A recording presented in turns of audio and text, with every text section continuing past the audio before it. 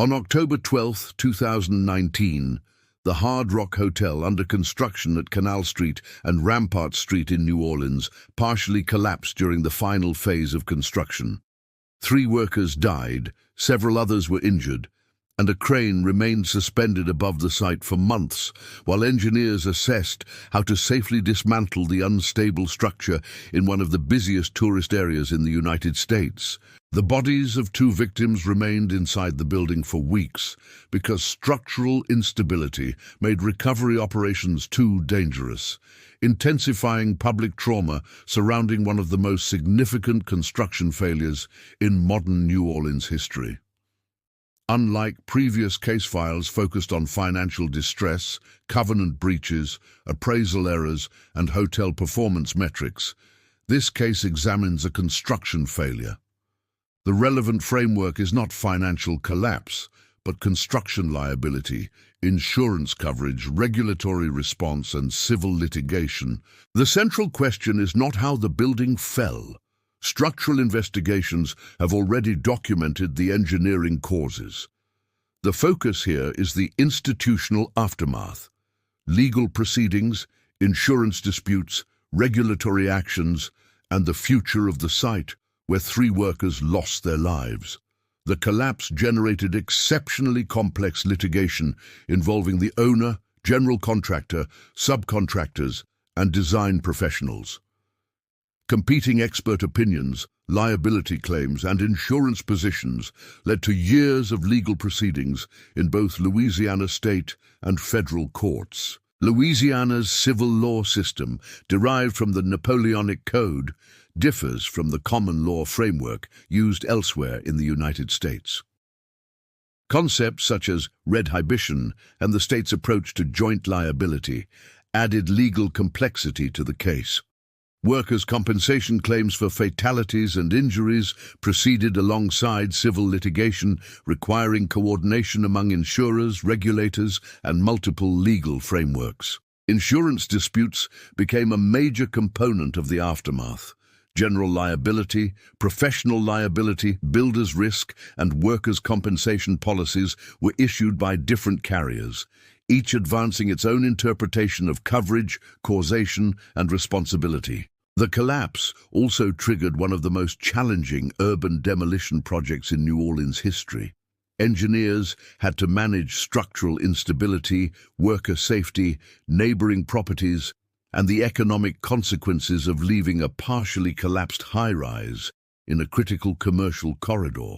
The suspended crane was eventually removed through a controlled demolition process, requiring specialized engineering. Economic losses extended beyond the construction site. Road closures, restricted access, and the visual impact of the damaged structure affected businesses throughout the French Quarter and Central Business District. These losses became part of broader litigation that included personal injury, property damage, workers' compensation, and business interruption claims. Valuing those losses presented a unique challenge. Appraisers could estimate total economic damage, but courts ultimately had to determine how responsibility would be allocated among the various parties. As of the production of this case file, the final resolution of all litigation had not been publicly documented. The future of the site has remained uncertain. Redevelopment discussions have been shaped by the collapse, the fatalities, and the legal history attached to the property. The Hard Rock brand has not returned, and subsequent development proposals have had to address both reputational and legal considerations. Within this archive, the Hard Rock Hotel collapse represents a different form of institutional failure. Previous cases examined buildings that were completed and later failed financially or operationally. This building failed before opening, producing casualties instead of covenant breaches and litigation instead of bankruptcy. The same forensic framework still applies: incentives, oversight, accountability, and institutional response. In this case, the focus shifts from financial controls to construction quality, regulatory supervision, and the mechanisms intended to prevent catastrophic failure. The building failed before it opened. The institutional systems responsible for preventing that failure did not. The forensic method remains the same. The outcome was different. The Arizona Biltmore Hotel opened in Phoenix in February 1929.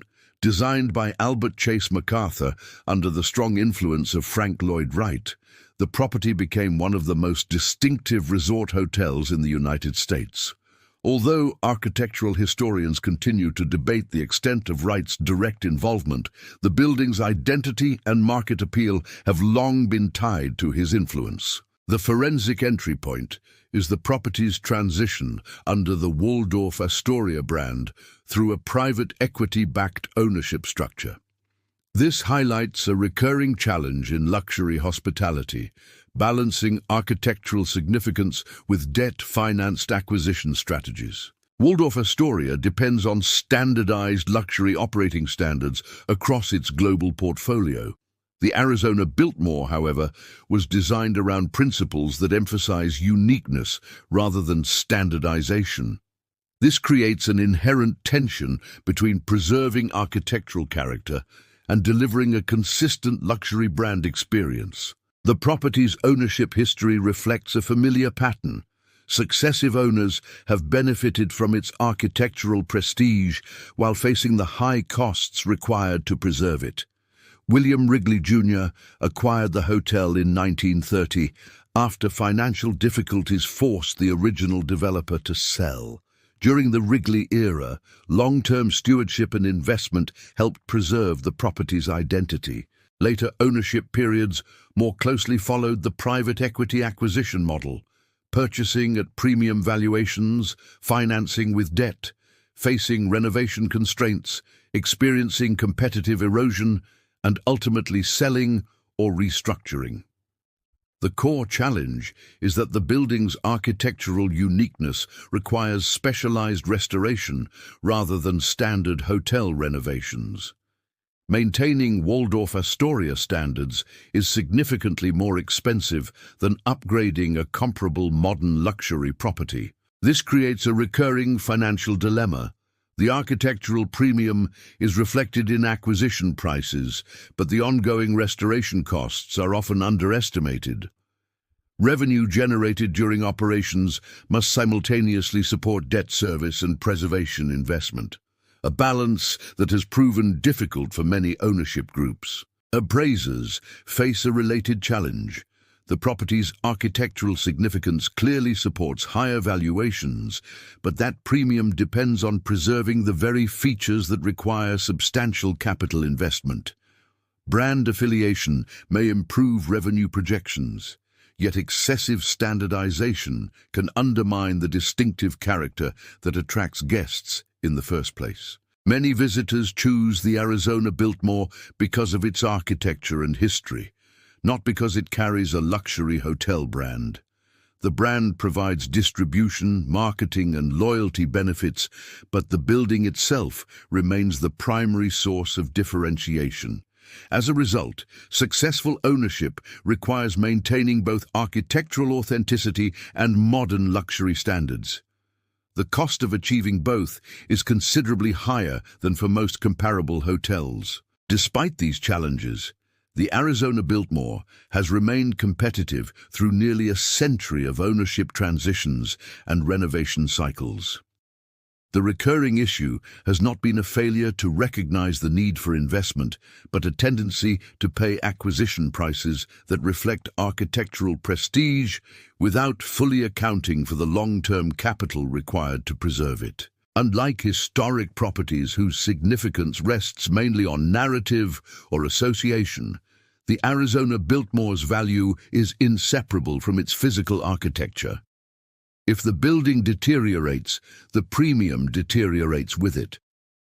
Today, operating under the Waldorf Astoria flag, after a significant renovation, the property continues to test whether architectural preservation and luxury brand standardization can coexist sustainably within a modern ownership and financing structure.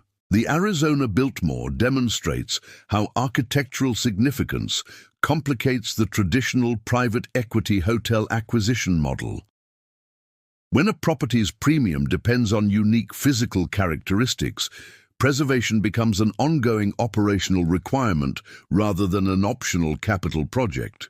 The building has survived nearly a century of ownership changes, economic cycles, and renovation programs. Frank Lloyd Wright's influence remains visible in its concrete textile blocks.